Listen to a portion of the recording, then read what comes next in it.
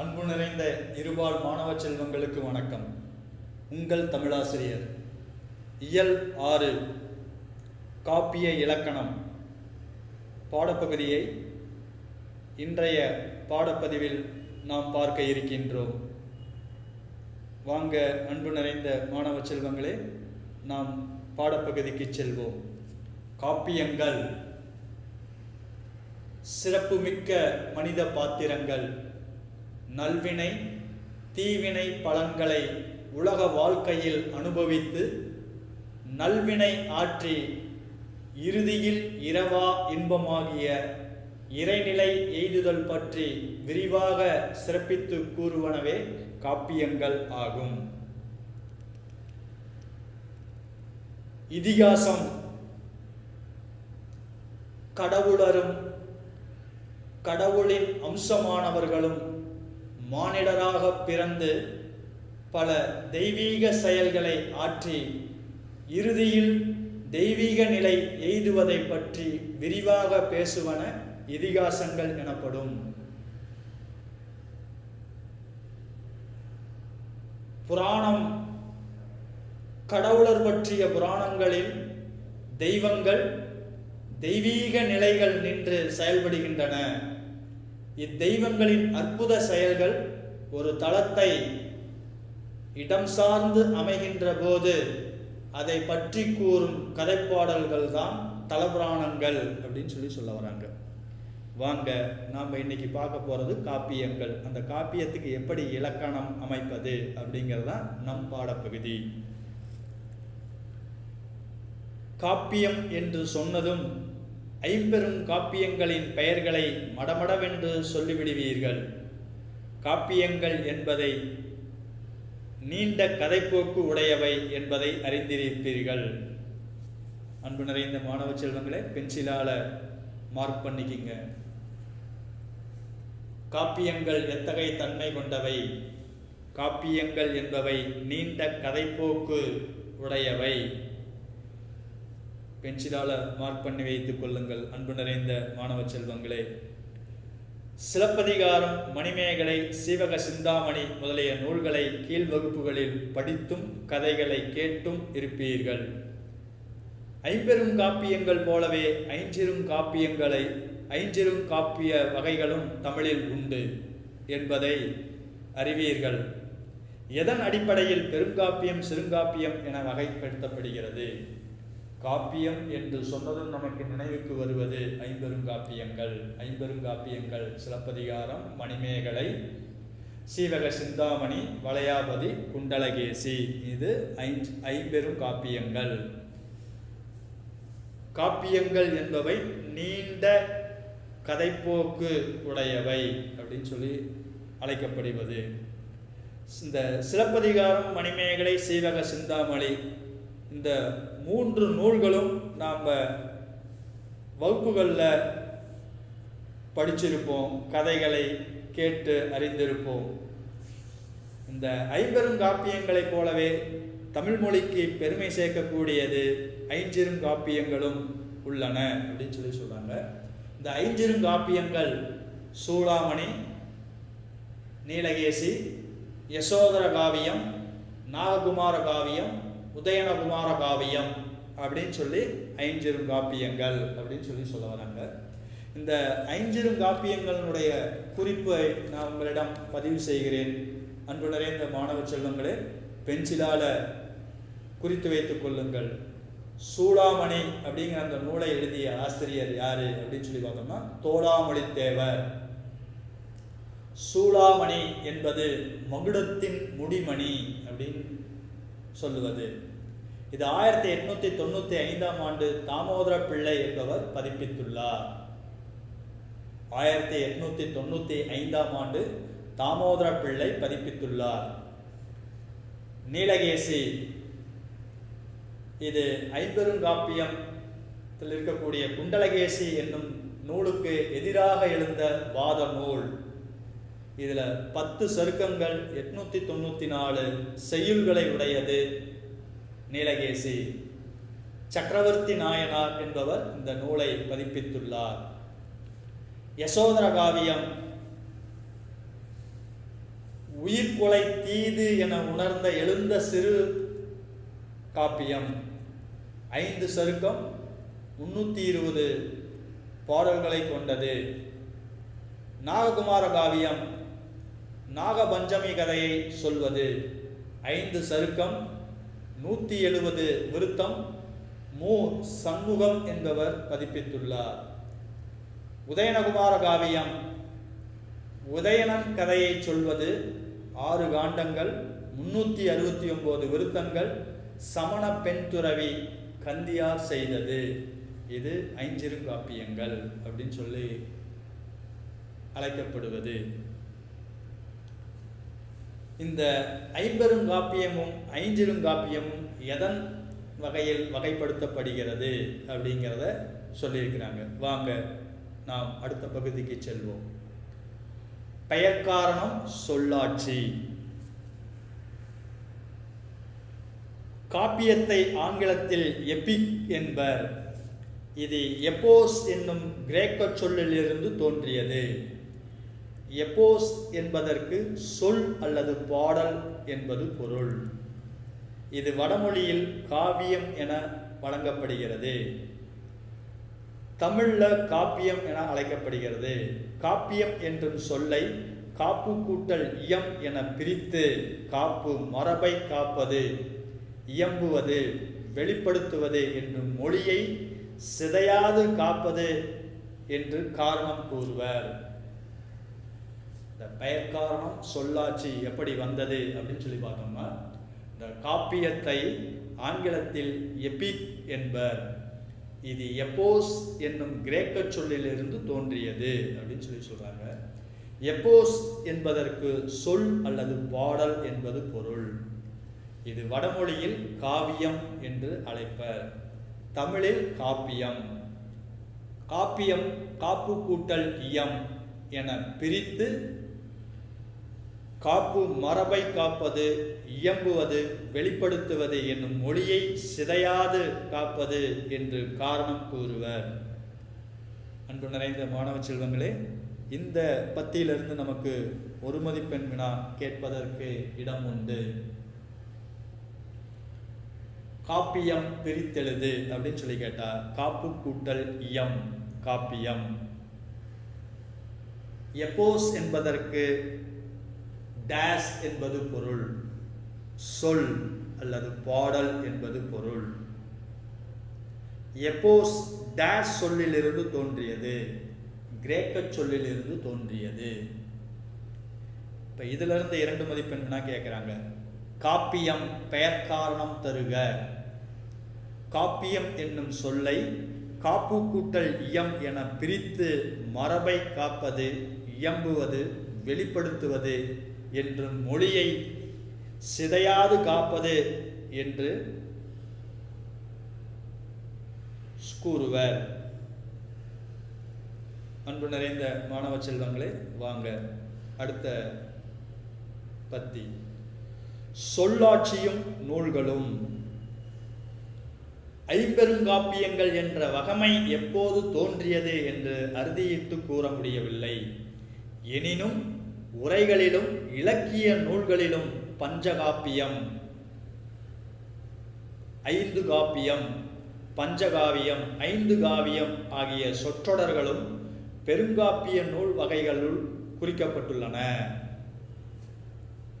இந்த ஐம்பெருங்காப்பியங்கள் என்ற வகமை எப்போது தோன்றியது அப்படின்னு சொல்லி அறுதியிட்டு கூற முடியவில்லை அப்படின்னு சொல்லி சொல்ல வராங்க. ஆனால் உரைகளிலும் இலக்கிய நூல்களிலும் அந்த பெருங்காப்பிய நூல்களை எப்படி வகைமைப்படுத்தி இருக்கிறாங்க அப்படின்னு சொல்லி பார்த்தோம்னா, பஞ்சகாப்பியம், பஞ்சகாவியம் என்று வகைமைப்படுத்தி இருக்கிறாங்க. அடுத்து, நன்னூலுக்கு உரை எழுதிய ஆசிரியர் மயிலைநாதர் தம் உரையில் ஐம்பெருங்காப்பியம் என்ற சொற்றொடரை பயன்படுத்தியுள்ளார். தமிழ் விடு தூது பாடிய புலவர் அந்நூலில் பஞ்சகாப்பியம் என்னும் சொற்றொடரையும் குறிப்பிடுகின்றார். அதாவது நன்னூலுக்கு உரை எழுதிய ஆசிரியர் யாரு அப்படின்னு சொல்லி பார்த்தோம்னா மயிலைநாதர். மயிலைநாதர் தம் உரையில் ஐம்பெருங்காப்பியம் அப்படிங்கிற அந்த சொற்றொடரை அந்த உரையில் எழுதியிருக்கிறாரு அப்படின்னு சொல்கிறாங்க. நன்னூல் உரையில் அவர் எழுதியிருக்கிறாரு ஐம்பெருங்காப்பியம் அப்படின்னு அந்த சொற்றொடரை பயன்படுத்தியுள்ளார். தமிழ் விடு தூது பாடிய புலவர் பஞ்சகாப்பியம் என்ற சொற்றொடரை குறிப்பிடுகின்றார்.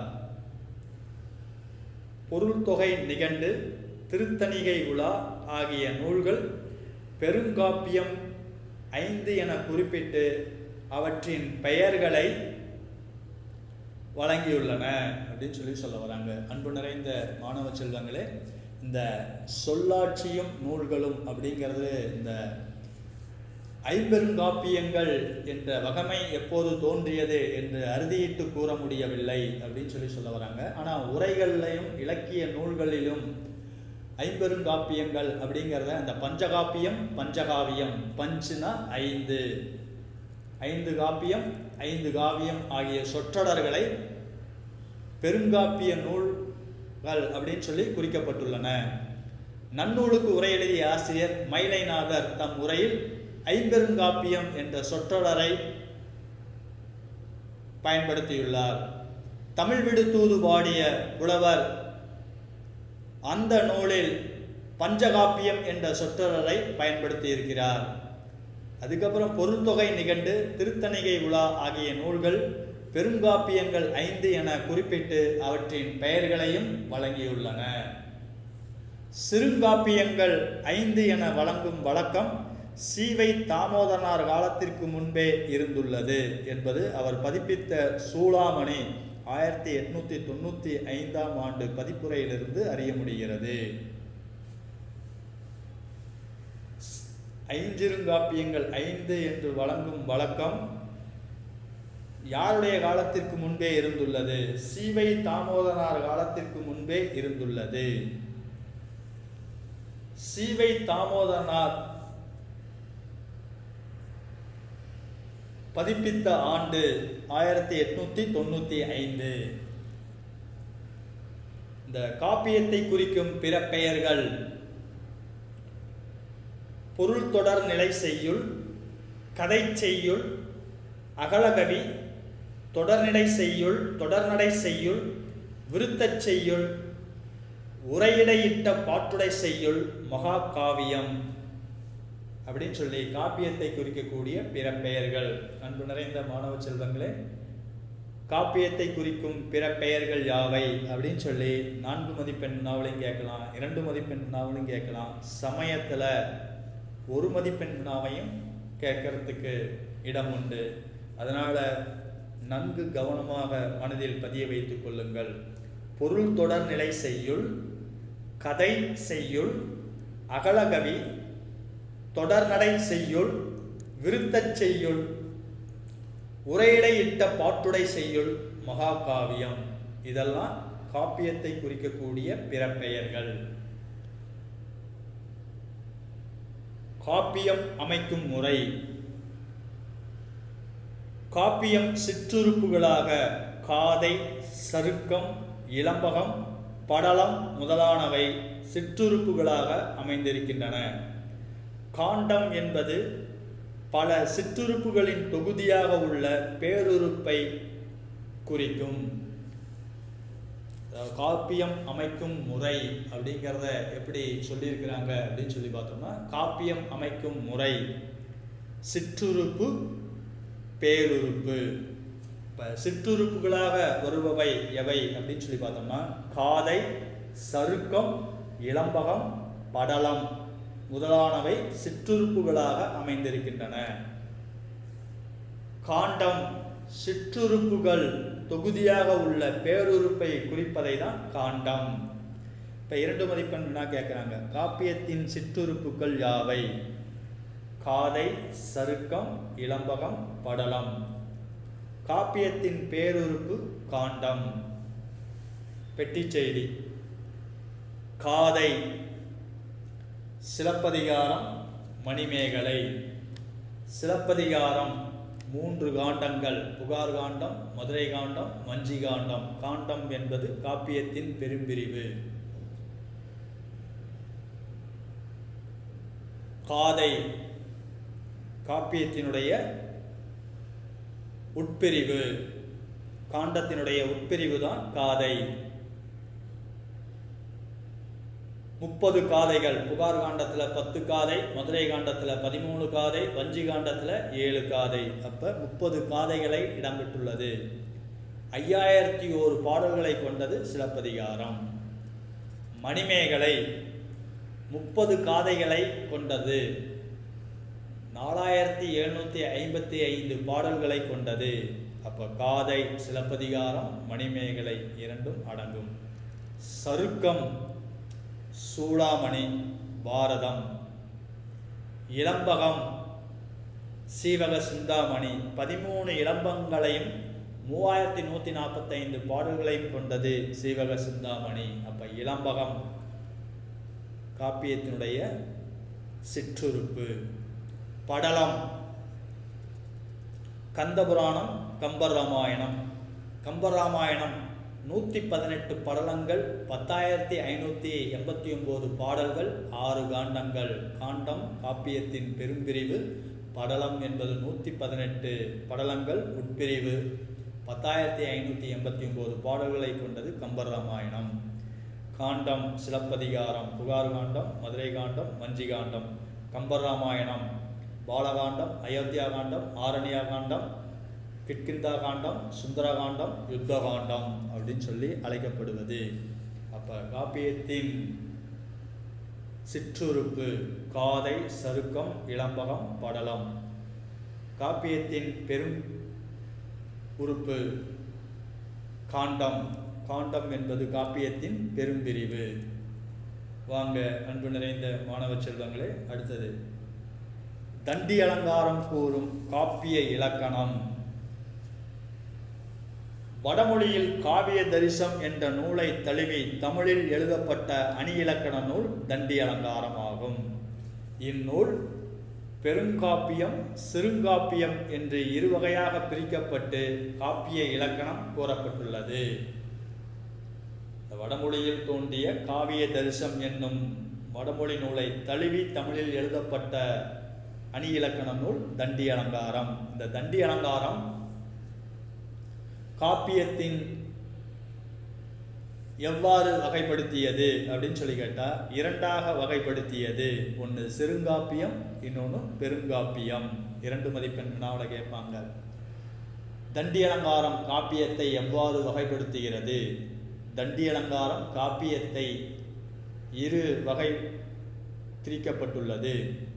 ஒன்று பெருங்காப்பியம், இன்னொன்று சிறுங்காப்பியம்.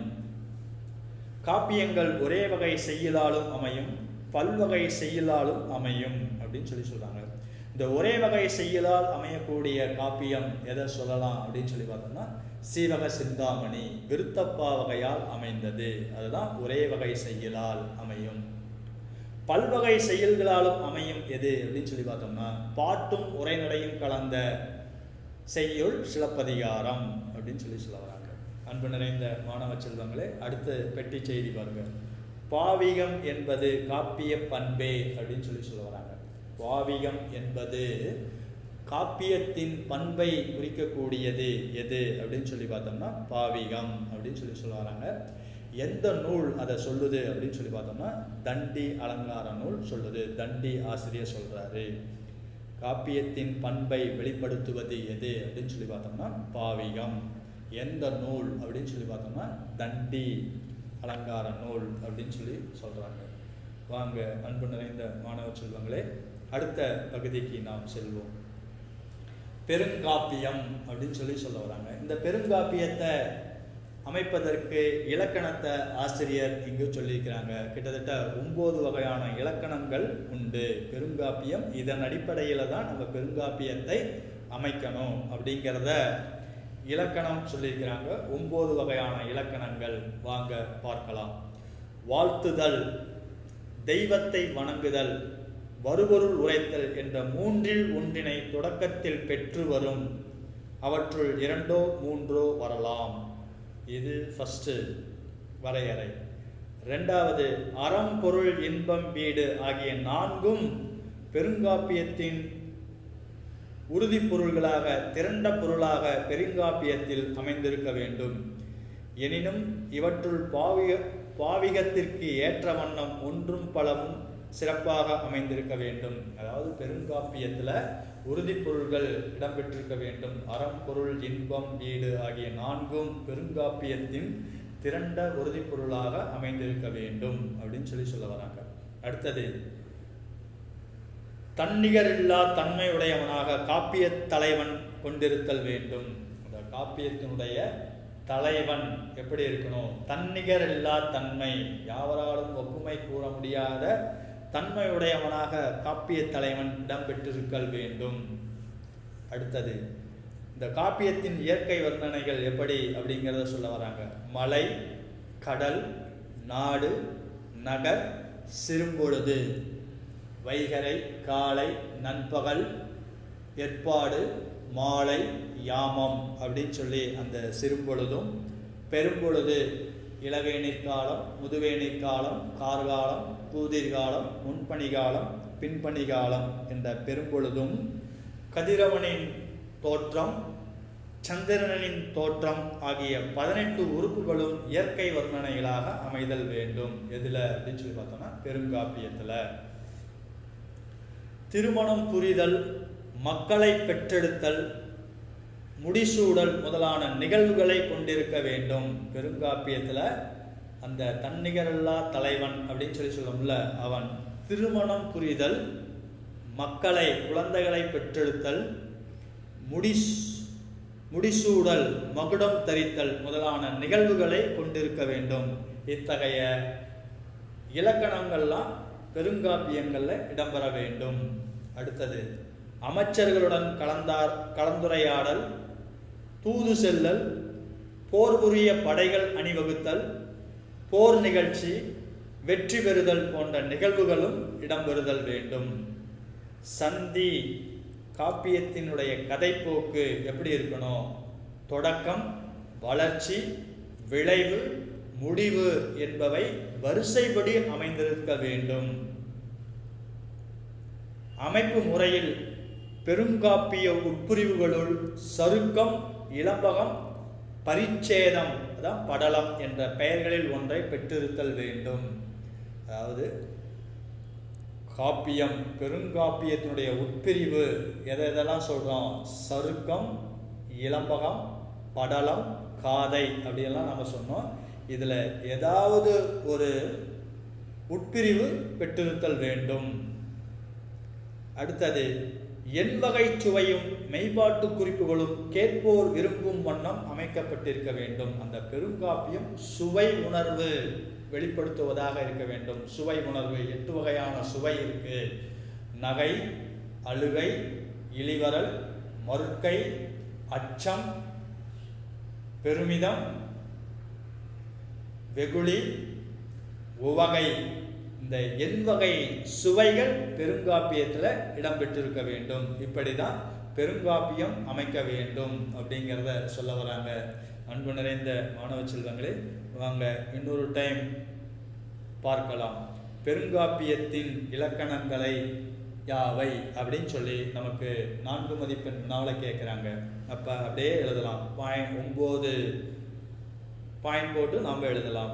வாழ்த்துதல், தெய்வத்தை வணங்குதல், வருபொருள் உரைத்தல் என்ற 3இல் ஒன்றினை தொடக்கத்தில் பெற்றும் அவற்றுள் 2ஓ 3ஓ வரலாம். அறம், பொருள், இன்பம், வீடு ஆகிய 4ம் உறுதிப்பொருள்களாக அமைந்திருக்க வேண்டும். தன்னிகரில்லா தன்மையுடையவனை காப்பிய தலைவன் கொண்டிருத்தல் வேண்டும். மலை, கடல், நாடு, நகர், சிறும்பொழுது, பெரும்பொழுது, கதிரவனின் தோற்றம், சந்திரனின் தோற்றம் ஆகிய 18 உறுப்புகளும் இயற்கை வர்ணனையாக அமைத்தல் வேண்டும். திருமணம் புரிதல், குழந்தைகளை பெற்றெடுத்தல், முடிசூடல் முதலான நிகழ்வுகளை கொண்டிருத்தல் வேண்டும். அமைச்சர்களுடன் கலந்துரையாடல், தூது செல்லல், போர் புரிய படைகள் அணிவகுத்தல், போர் நிகழ்ச்சி, வெற்றி பெறுதல் போன்ற நிகழ்வுகளும் இடம்பெறுதல் வேண்டும். கதை போக்கு, தொடக்கம், வளர்ச்சி, விளைவு, முடிவு வரிசைப்படி அமைந்திருத்தல் வேண்டும். அமைப்பு முறையில் பெருங்காப்பியத்தின் உட்பிரிவுகளில் சருக்கம், இலம்பகம், படலம் என்ற உட்பிரிவுகளில் ஒன்றை பெற்றிருத்தல் வேண்டும். அடுத்தது, இந்த காப்பியம் எண்வகை சுவையையும் மெய்ப்பாட்டு குறிப்புகளும் கேட்போர் விரும்பும் வண்ணம் அமைக்கப்பட்டிருத்தல் வேண்டும். இது இப்படி பெருங்காப்பியங்களை, இந்த இலக்கணங்களை பின்பற்றி பெருங்காப்பியம் படைக்கப்பட்டிருக்க வேண்டும் அப்படின்னு காப்பியத்தினுடைய இலக்கணத்தில் ஆசிரியர் வரையறை செய்திருக்கிறார். சிலப்பதிகாரம் முதலான ஐம்பெருங்காப்பியங்களுள் சிறப்பு வாய்ந்தவை எனினும் பெருங்காப்பியத்திற்குரிய 4 உறுதிப்பொருள்களும் பிற உறுப்புகளும் முழுமையாக அமையப்பெற்று விளங்கும் காப்பியம் சீவக சிந்தாமணியே என்பர். அதாவது சிலப்பதிகாரம் முதலான ஐம்பெருங்காப்பியங்களும் சிறப்பு வாய்ந்தவை. தமிழ் மொழிக்கு பெருமை சேர்க்கக்கூடிய ஐம்பெருங்காப்பியங்கள் சிலப்பதிகாரம், மணிமேகலை, சீவக சிந்தாமணி, வளையாபதி, குண்டலகேசி. இந்த ஐம்பெருங்காப்பியங்களும் தமிழ் மொழிக்கு பெருமை சேர்க்கக்கூடியவை, சிறப்பு வாய்ந்தவை. இருந்தாலும் இந்த பெருங்காப்பியத்திற்கு இருக்கக்கூடிய உறுதிப்பொருள்கள் அறம், பொருள், இன்பம், வீடு என்ற உறுதிப்பொருள்களும் பிற உறுப்புகளும் முழுமையாக விளங்கப்பெறக்கூடிய காப்பியம் எது அப்படின்னு சொல்லி பார்த்தோம்னா இந்த ஐம்பெருங்காப்பியங்களில் இருக்கக்கூடிய சீவக சிந்தாமணியே அப்படின்னு சொல்றாங்க. ஐம்பெருங்காப்பியங்கள் சிறப்பு வாய்ந்தவை இருந்தாலும் ஐம்பெருங்காப்பியங்களில் இருக்கக்கூடிய சீவக சிந்தாமணியே காப்பியத்திற்கு இருக்கக்கூடிய உறுதிப்பொருள்கள் அறம், பொருள், இன்பம், வீடு என்ற 4 உறுதிப்பொருள்களும் பிற உறுப்புகளும் முழுமையாக அமையப்பெற்ற கூடிய காப்பியம் எது அப்படின்னு சொல்லி பார்த்தோம்னா சீவக சிந்தாமணியே. அன்பு நிறைந்த மாணவ செல்வங்களே, நமக்கு 2 மதிப்பெண் வினா கேட்பாங்க. பெருங்காப்பியத்திற்கு உரிய 4 வகை உறுதிப்பொருள்களும் விளங்கும் காப்பியம் எது அப்படின்னு சொல்லி கேட்டா, பெருங்காப்பியத்திற்குரிய 4 வகை உறுதிப்பொருள்களும் பிற உறுப்புகளும் முழுமையாக அமையப்பெற்று விளங்கும் காப்பியம் சீவக சிந்தாமணியே. பெருங்காப்பியத்திற்கு உரிய 4 வகை உறுதிப்பொருள்கள் யாவை? அறம், பொருள், இன்பம், வீடு. வாங்க, சிறு காப்பியம் அறம், பொருள், இன்பம், வீடு ஆகிய 4 நூல் ஒன்றோ இரண்டோ குறைந்து வருவது சிறுகாப்பியம். இப்ப சிறுகாப்பியம் என்றால் என்ன அப்படின்னு சொல்லி கேட்டா, அறம், பொருள், இன்பம், வீடு ஆகிய 4 நூல், இந்த 4 உறுதிப்பொருள்களும் ஒன்றோ இரண்டோ குறைந்து வருவதை சிறுகாப்பியம் அப்படின்னு சொல்ல வராங்க. வாங்க அன்பு நிறைந்த மாணவ செல்வங்களே, அடுத்த பகுதி பாவிகம். காப்பியத்தின் பண்பாக பாவிகம் என்பதை தண்டி அலங்காரம் குறிக்கின்றது. காப்பியத்தின் பண்பாக விளங்குவது பாவிகம். எந்த நூல் அழைக்கிறது அப்படின்னு சொல்லி பார்த்தோம்னா தண்டி அலங்காரம். காப்பியத்தில் கவிஞன் வலியுறுத்த விரும்பும் அடிப்படை கருத்தினையே பாவிகம் என்பர். பிறனில் விளைவோர் கிளையடும் கெடுவே என்று கம்பராமாயணத்தின் பாவிகம். பிறனில் விளைவோர் கிளையடும் கெடுவே.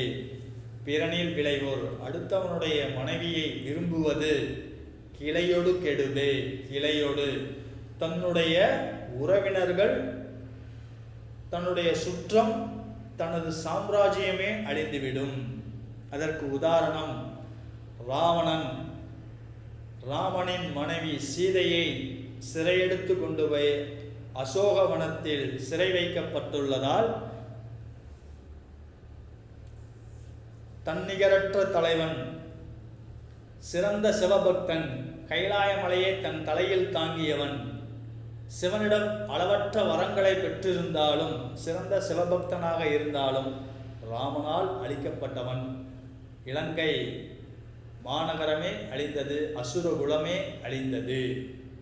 அப்ப அடுத்தவனுடைய மனைவியை விரும்புவது தன்னுடைய குலம் அழிந்துவிடும் அப்படிங்கிற அந்த பண்பை வலியுறுத்துவது கம்பர் ராமாயணம்.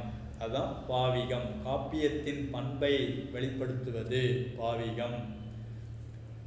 அப்ப பாவிகம் பிறனில் விளைவோர் கிளையொடும் கெடுவே என்று கம்பராமாயணத்தின் பாவிகம்.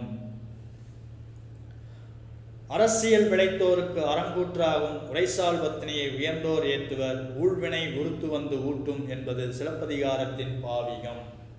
அதாவது சிலப்பதிகாரம் உணர்த்தும் 3 உண்மைகள். அரசியல் பிழைத்தோருக்கு அறங்கூற்றாகும், அரசியல் பிழை செய்தால் தண்டனை உண்டு அப்படிங்கிறத வலியுறுத்தக்கூடிய பண்பு சிலப்பதிகாரம். பாண்டிய மன்னன் கோவலனுக்கு அநீதியை இழைத்து தண்டனை நீதியை ஆராயாமல் தவறாக தண்டனை கொடுத்ததால் அவனுடைய மதுரை மாநகரமே அழிந்தது. அதான் அரசியல் பிழைத்தோருக்கு அறங்கூற்றாகும்.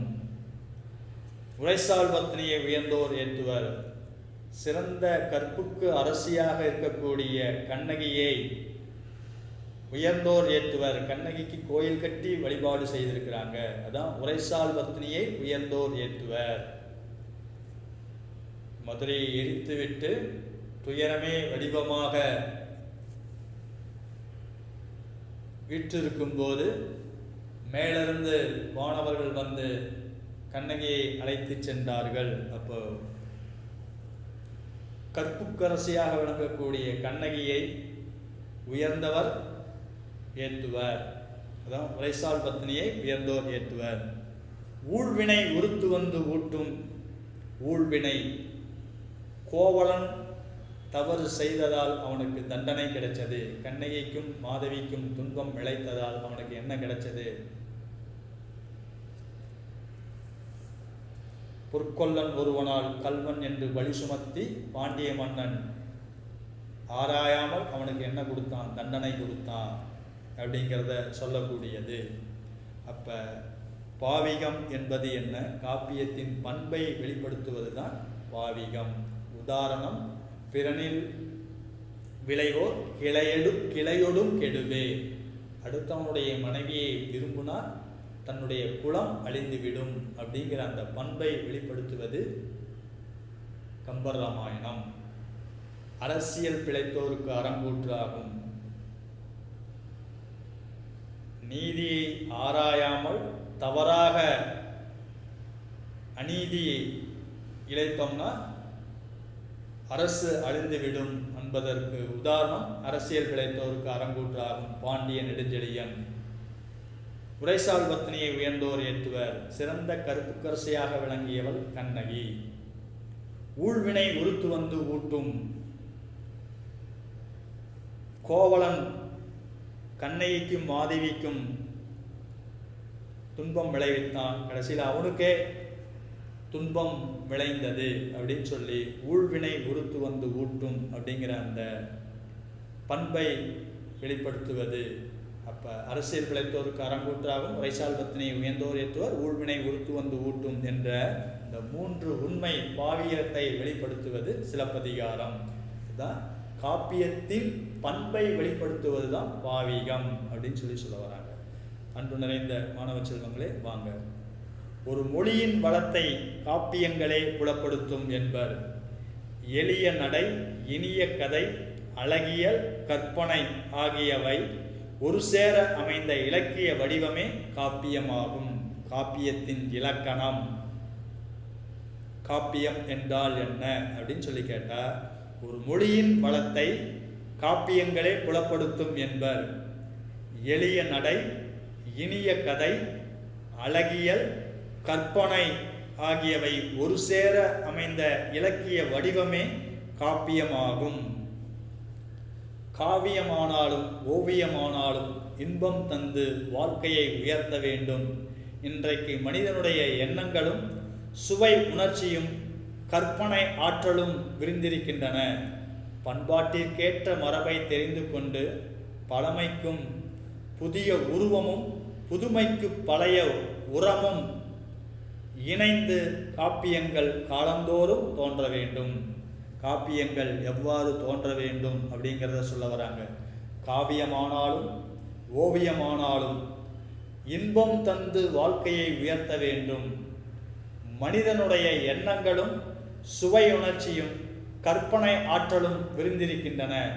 பண்பாட்டிற்கேற்ற மரபை தெரிந்து கொண்டு பழமைக்கு புதிய உருவமும் புதுமைக்கு பழைய உரமும் இணைந்து காப்பியங்கள் காலந்தோறும் தோன்ற வேண்டும். அன்பு நிறைந்த மாணவ செல்வங்களே, பெட்டி செய்தி. அணி இலக்கணத்தை கூறும் நூல்களுள் முதன்மையானது தண்டி அலங்காரம். இந்நூல் முத்தகம், குலகம், தொகைநிலை, தொடர்நிலை ஆகிய செய்யுள் வகைகளை கூறுகிறது. அதாவது அணி இலக்கணத்தை கூறக்கூடிய இலக்கண நூல் எது அப்படின்னு சொல்லி பார்த்தோம்னா தண்டி அலங்காரம். இந்த தண்டி அலங்காரம் கூறும் செய்யுள் வகை என்னென்ன அப்படின்னு சொல்லி பார்த்தோம்னா முத்தகம், குலகம், தொகைநிலை, தொடர்நிலை. சரி, இதில் முத்தகம்னா என்ன? தனியே நின்று ஒரு பொருளை தந்து முடிவதை நம்ம என்ன சொல்லலாம்? முத்தக செய்யுள். குலக செய்யுள் ஒரு பாடலில் பொருள் முடியாமல் பல பாடலாய் நின்று ஒரு வினையை அல்லது ஒரு பெயரையாவது கொண்டு முற்று பெறும் செய்யுள் குலக செய்யுள். தொகைநிலை பல்வேறு புலவர்களால் பாடப்பட்ட நூல் தனித்தனியாக இருக்கும். அந்த தனித்தனியாக இருக்கக்கூடிய நூல்களை எல்லாம் தொகுத்து சொல்லுவதை தான் தொகைநிலை. அப்படி பார்த்தோம்னா தமிழில் இருக்கக்கூடிய தொகைநிலை செய்யுள் எது அப்படின்னு சொல்லி பார்த்தோம்னா 8 தொகை நூல்கள்: நற்றிணை, நல்ல குறுந்தொகை, ஐங்கநூறு, ஒத்த பதிற்று பத்து, கலித்தொகை, அகநானூறு, புறநானூறு. இந்த 8 வகையான நூல்களை தான் நம்ம என்ன சொல்லணும்னா தொகை நூல். பல்வேறு காலங்களில் வாழ்ந்த பல்வேறு புலவர்கள் தனித்தனியாக இருக்கக்கூடிய பாடல்களை எல்லாம் தொகுத்து சொல்லுவதை நாம் என்ன சொல்லணும்? தொகைநிலை செய்யுள். தொடர்நிலை. இந்த தொடர்நிலை ஒரு பாடலையும் மற்றொரு பாடலையும் சொல்லாலும் பொருளாலும் தொடர்பு ஏற்படுத்தும் செய்யுள் வகையை நம்ம என்ன சொல்லணும்? தொடர்நிலை செய்யுள் அப்படின்னு சொல்லுவாங்க. அப்ப தண்டி அலங்காரம் கூறும் செய்யுள் வகை அப்படிங்கிறது என்ன அப்படின்னு சொல்லி பார்த்தோம்னா முத்தக செய்யுள், குலக செய்யுள், தொகைநிலை செய்யுள், தொடர்நிலை செய்யுள் அப்படின்னு சொல்லுவாங்க. சரி, தொடர்நிலை ஒரு பாடலையும் மற்றொரு பாடலையும் சொல்லாலும் பொருளாலும் தொடர்பு ஏற்படுத்தும் செய்யுள் வகையை குறிக்கும். இதை நம்ம எத்தனை வகையா பிரிக்கலாம் அப்படின்னு சொல்லி பார்த்தோம்னா பொருள் தொடர்நிலை, சொல் தொடர்நிலை அப்படின்னு சொல்லுவாங்க. தொடர்நிலை செய்யுள்னா என்ன அப்படின்னு சொல்லி பார்த்தோம்னா ஒரு பாடலையும் மற்றொரு பாடலையும் சொல்லாலும் பொருளாலும் தொடர்பு ஏற்படுத்தும் செய்யுள் வகையை நம்ம என்ன சொன்னா தொடர்நிலை. இந்த தொடர்நிலை இரு வகைப்படும். ஒன்று பொருள் தொடர்நிலை, இன்னொன்று சொல் தொடர்நிலை. இப்போ பொருள் தொடர்நிலை குறிக்கக்கூடிய செய்யுள் எது அப்படின்னு சொல்லி பார்த்தோம்னா சிலப்பதிகாரம், கம்பர் ராமாயணம். சொல் தொடர்நிலை அந்தாதி. அந்தாதி அந்தம் கூட்டல் ஆதி. அந்தம்னா இறுதி, ஆதினா முதல். ஒரு பாடலின் இறுதியில் இருக்கக்கூடிய சொல்லை முதலாவதாக வைத்து பாடப்படக்கூடிய சொல்லை நாம் என்ன அழைக்கக்கூடிய பாடலை நம்ம என்ன சொன்னா அந்தாதி. அந்தம் கூட்டல் ஆதி. அந்தாதியை எப்படி பிரிக்கணும்னா அந்தம் கூட்டல் ஆதி. அந்தம்னா இறுதி, ஆதினா முதல். ஒரு பாடலில் இறுதியில் இருக்கக்கூடிய சொல்லை அடுத்த பாடலில் முதலாவதாக வைத்து பாடல் இயற்றப்படுவதை நம்ம என்னன்னு சொன்னா அந்தாதி அப்படின்னு சொல்லி சொல்றோம். இந்த அந்தாதிக்கு வழங்கும் வேறு பெயர் என்ன அப்படின்னு சொல்லி பார்த்தோம்னா சொற்றொடர் நிலை அப்படின்னு சொல்லி சொல்லுவாங்க. அதான் சொற்றொடர் நிலை அந்தாதி இலக்கியங்கள் அப்படின்னு சொல்லி சொல்லுவாங்க. அன்பு நிறைந்த மாணவ செல்வங்களே, இதுவரைக்கும் நம்ம காப்பிய இலக்கணம் பார்த்தோம். காப்பியத்துக்கு எப்படி இலக்கணம் அமைப்பாங்க, காப்பியம் எத்தனை வகைப்படும், பெருங்காப்பியம், சிறுங்காப்பியம், காப்பியத்தினுடைய சிறு உறுப்புக்கள் எது எது அப்படின்னு சொல்லி பார்த்தோம்னா காதை, சருக்கம், இளம்பகம், படலம் அப்படிங்கிறத பார்த்தோம். காப்பியத்தின் பெரும்பிரிவு காண்டம் அப்படிங்கிறத பார்த்தோம். அதுக்கப்புறம் காப்பியத்தின் பண்பை வெளிப்படுத்துவது எது அப்படின்னு சொல்லி பார்த்தோம்னா பாவிகம் அப்படின்னு சொல்லி பார்த்தோம். அன்பு நிறைந்த மாணவ செல்வங்களே, வாங்க நம்ம இலக்கண தேர்ச்சிக்குள் பார்க்கலாம். ஐம்பெருங்காப்பியம் என்னும் சொற்றொடரை தம் உரையில் குறிப்பிட்டவர் யார் அப்படின்னு சொல்லி பார்த்தோம்னா ஐம்பெருங்காப்பியம் என்னும் சொற்றொடரை தம் உரையில் குறிப்பிட்டவர் யாரு அப்படின்னு சொல்லி பார்த்தோம்னா மயிலைநாதர். ஆப்ஷனல் நெடில் ஆ, அதான் ஆன்சர்.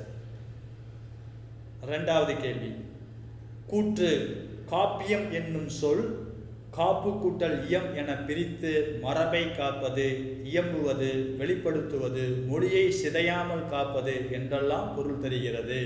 இது கூற்று 1.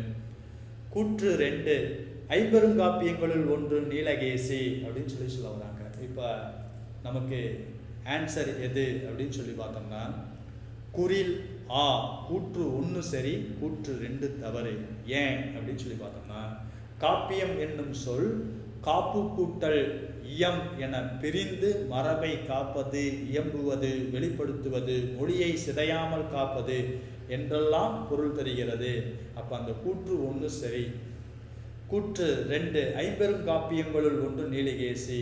ஐம்பெருங்காப்பியங்கள், நல்லா சிந்திங்க, ஐம்பெருங்காப்பியங்கள்னா எது அப்படின்னு சொல்லி பார்த்தோம்னா சிலப்பதிகாரம், மணிமேகலை, சீவக சிந்தாமணி, மலையாபதி, குண்டலகேசி. இங்கே நீலகேசின்னு கொடுத்துருக்குறாங்க. இது சரியா தவறு? ஏன்? நீலகேசி ஐஞ்சிருங்காப்பியங்கள் சூளாமணி, நீலகேசி, யசோதர காவியம், உதயகுமார காவியம், நாககுமார காவியம். அப்போ கூற்று 1 சரி, கூற்று 2 தவறு. அப்போ ஆப்ஷனல் குறில் ஆ, அதுதான் ஆன்சர். அன்பு நிறைந்த மாணவ செல்வங்களே, 3வது கேள்வி பாருங்க. சரியானவற்றை பொருத்தி தேர்க. காதை சிலப்பதிகாரத்தில் வருது. 3 காண்டங்கள், 30 காதை அப்படின்னு சொல்றாங்க. அப்போ காதை என்பது என்ன? காப்பியத்தினுடைய உட்பிரிவு. அப்போ காதைனா சிலப்பதிகாரம். சருக்கம் சூளாமணி, இளம்பகம் சீவக சிந்தாமணி, படலம் கந்தபுராணம். அப்போ ஆப்ஷனல் நமக்கு என்ன வரும் அப்படின்னு சொல்லி பார்த்தோம்னா குறில் ஆ, காதை சிலப்பதிகாரம், சருக்கம் சூளாமணி, இளம்பகம் சீவக சிந்தாமணி, படலம் கந்தபுராணம். அப்போ ஆப்ஷனல் எது அப்படின்னு சொல்லி பார்த்தோம்னா குறில் ஆ. 4வது கேள்வி பாருங்க. தவறான இணையை தேர்க. அப்போ விருத்தப்பா நாலடியார், ஆசிரியப்பா அகநானூறு, கலிவெண்பா தூது, குறள்வெண்பா திருக்குறள் அப்படின்னு சொல்ல வராங்க. இப்போ ஆசிரியப்பாக்களை உடையது அகநானூறு, கலிவெண்பா தூது, குறள்வெண்பா திருக்குறள், விருத்தப்பா நாலடியார் அப்படின்னு சொல்றாங்க. விருத்தப்பால வருவது எது அப்படின்னு சொல்லி பார்த்தோம்னா சீவக சிந்தாமணி. நாலடியார் வெண்பா வகையில் அமைந்த நூல். அப்போ தவறான இணை எது அப்படின்னு சொல்லி பார்த்தோம்னா விருத்தப்பா நாலடியார் அப்படின்னு சொல்ல வராங்க. அன்பு நிறைந்த மாணவ செல்வங்களே, அடுத்தது காப்பியம் எத்தனை வகைப்படும் அப்படின்னு சொல்லி பார்த்தோம்னா காப்பியம் 2 வகைப்படும். ஒன்று என்ன அப்படின்னு சொல்லி பார்த்தோம்னா பெருங்காப்பியம், சிறுங்காப்பியம் அப்படின்னு சொல்றாங்க. காப்பியத்தை குறிக்கும் பிற பெயர்கள் யாவை? பொருள் தொடர்நிலை செய்யுள், கதை செய்யுள், அகலக்கவி, தொடர்நடை செய்யுள், விருத்தச் செய்யுள், உரையிடையிட்ட பாட்டுடை செய்யுள், மகாகாவியம். இதெல்லாம் காப்பியத்தை குறிக்கக்கூடிய பிற பெயர்கள். காப்பிய சிற்றுறுப்புகள் காதை, சருக்கம், இளம்பகம், படலம். இதெல்லாம் காப்பியத்தினுடைய சிற்றுறுப்புகள்.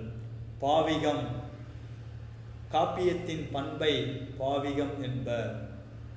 காப்பியத்தில் கவிஞன் வலியுறுத்த விரும்பும் அடிப்படை கருத்தையே நாம் என்னன்னு சொல்லணும்னா பாவிகம். இது எந்த நூற்பா சொல்லுகிறது அப்படின்னு சொல்லி பார்த்தோம்னா தண்டி அலங்கார நூற்பா அப்படின்னு சொல்ல வராங்க. அன்பு நிறைந்த மாணவ செல்வங்களே, இதுவரைக்கும் நாம் காப்பிய இலக்கணம் பார்த்துள்ளோம். இதில் இருக்கக்கூடிய 2 மதிப்பெண் வினா, 4 மதிப்பெண் வினா, பெட்டி செய்தி, 1 மதிப்பெண் வினாவை நாம் பார்த்துள்ளோம். அதுக்கு எப்படி விடை எழுதணும் அப்படிங்கிறதையும் நாம் பார்த்துள்ளோம். நன்கு மனதில் பதிய வைத்துக் கொள்ளுங்கள் அன்பு நிறைந்த மாணவ செல்வங்களே. மீண்டும் அடுத்த பதிவில் நாம் சந்திக்கலாம். வணக்கம் இருபால் மாணவ செல்வங்களே. நன்றி.